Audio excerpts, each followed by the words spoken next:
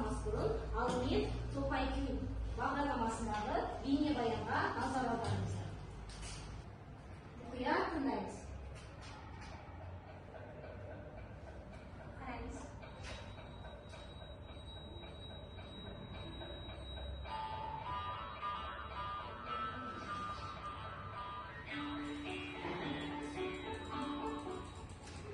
Жақсы, осы бейнебаяннан не көріп отырмыз балалар? Кім айтады?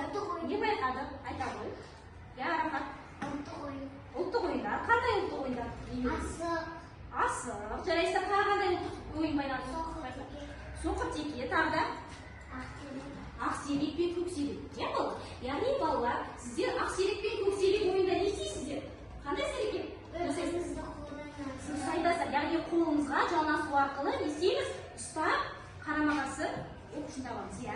Біз бұлай тұрғанына біз нетіп кетуіміз керек. Дұрыс айтасыз, соқыр теке ойында қалай істейміз? Соқыр теке ойында айта ғой. Көзімізді Айта ғой. Иә, жандағы оқушыларды қолымызбен қамауымыз керек. Ал асық ату ойында не істейміз балалар? Басқа? Дұрыс айтасыз, асықты атамыз. Яғни бұл жерде барлығында жанасу іс-әрекеті іске асады екен. Енді балалар, барлықтарыңыз маған қараңыздаршы. Мен қандай іс-әрекетті орындаймын, соған назар аударыңыз. Мысалы, нені басқан кезде не істеді? Қандай іс-әрекет орындалды? Кім айтады? Тағы да, мына жақтағы балалар, қандай іс-әрекет? Айта ғой. басу. Я басқан кезде не орындалды? Не істеді?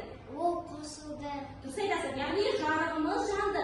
Яғни балалар, мен қолмен лампаға жанасқан кезде не істеді? Лампамыз іске қосылды. Яғни балалар, бүгінгі біздің сабағымыздың тақырыбы қандай екен сонда? Жанасу датчигі. Яғни бүгінгі сабағымыздың тақырыбы жанасу датчигі. Сабағымыздың мақсаты жанасу датчигін қолданады, роботты программалайды. Яғни, енді осы тақырып бойынша мен сіздерге сабақ түсіндіріп өтем. Қарап қойыңыздар. Яғни балалар, датчик дегеніміз температураны, жарықты, жылдамдықты және де түсті, дыбысты өлшеуге арналған құрал. Яғни, менің қолымда тұрған балалар, бұл бізде жанасу датчигі деп аталады. Алдарыңызда тұрған оқулықтан суретін қарап отырыңыздар, иә? Бұл бізде жанасу датчигі. Жанасу датчигі роботтың программасы датчиктан алған деректерді өңдей алады екен. Енді қарай қойыңыздар, мінекей, жанасу датчигінің қандай программалық блогымыздың түсі қандай екен балалар? Сары түсте орналасады, жарайсыздар. Яғни бірінші батырма ол бізде датчиктің жалғау порты болып табылады. Менің қолымда тұрған электрик роботының қарай қойыңыздар балалар, мына жерде порттары орналасады. Менің роботымда қанша порт орналасқан балалар? Нешеу? Нешеу? Мына жерден санаймыз. Нешеу тұр? Төртеу, жарайсыздар. Яғни менің жанасу датчигім нешінші портқа жалғанған? Нешінші портқа? Бірінші портқа несеп тұр екен балалар? Жалғанып тұр екен, иә? Яғни бірінші портқа жалғанды. Келесі екінші, ол бізде жұмыс режимін таңдайды екенбіз. Иә, мінекей. Жұмыс режимін таңдайды екенбіз. Екінші, өлшеу деректерді, яғни сандарымызды енгізеді екенбіз. Және де төртіншіде өзімізге қажетті мәліметті шығарады екен. Енді, дұрыс айтасыздар. Келесі, енді балалар, бізде жанасу датчигінің жұмыс режимі екі іс-әрекетпен орындалады. Біріншісі, өлшем режимі. Яғни, жағдайдың ішінде датчигіміз басылса ақиқат, басылмаса жалған іс-әрекет орындалады. Және де екіншісі салыстыру. Бұл жерде жағдайымыздың режимі үш жағдай бар екен балалар. 0 дегеніміз ажыратылған, 1 деген басылған және 2 деген басып ажыратылған іс-әрекетті орындайды екен. Енді балалар, сіздерге түсінікті болса, Топай күй бағдарламасына кіріп, барлықтарыңыз осы жердегі тапсырмаларды орындап көресіздер балалар. Бұл жерде қараңыздар, сіздер мына тапсырмадан бастап төмен қарата орындайсыздар. Міне, осы тапсырмадан бастап. Барлықтарыңыз ашамыз программаны, орындаймыз. Өте тамаша жасаймыз. Жақсы жарайсыздар. Қайталап орындап көр. Сіз жарайсыздар, өте жақсы жақсы. Мына жердегі сіздердің ұпай сандарыңыз, иә, прогресстеріңіз 100% болып тұр. Өте жақсы. Сәйкестендіру тапсырмасы.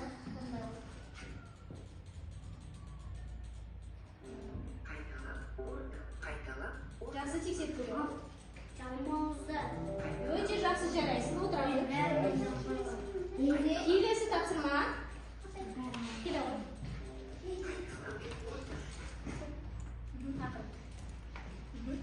Жанасу датчигі өлшем режимде қандай жағдайларда болатын белгілеу. Қандай жағдайда болады? Жалған, дұрыс. Аха, тексеріп көреміз. Өте жақсы. Жарайсың. Келесі соңғы тапсырма. Келе ғой. 0, 1, 2 жағдайлары жанасу датчигінің қай жұмыс режиміне тән дейді? Жақсы. Өте жақсы, жарайсың. Біз алдымен мына роботымызды алға жүргізіп көрейік. Ол үшін біз жаңағы Lego Meister's программасын ашамыз. Ашқаннан кейін біз жаңағы тәуелсіз моторымызды қосады екенбіз. Тәуелсіз моторымызды қосып, осының мәліметтерін өзгертеміз. Мысалы, мына жерде біз 50 деп алайық. Моторымызды екіншісіне де 50 деп қоямыз. Және де біздің роботымыз алға 4 секунд естесін, алға қозғалсын деп алайық. Программамыз жазамыз. Жазғаннан кейін міндетті түрде программамызды не істейміз, балалар? Сақтап аламыз. Файл, сохранить проект.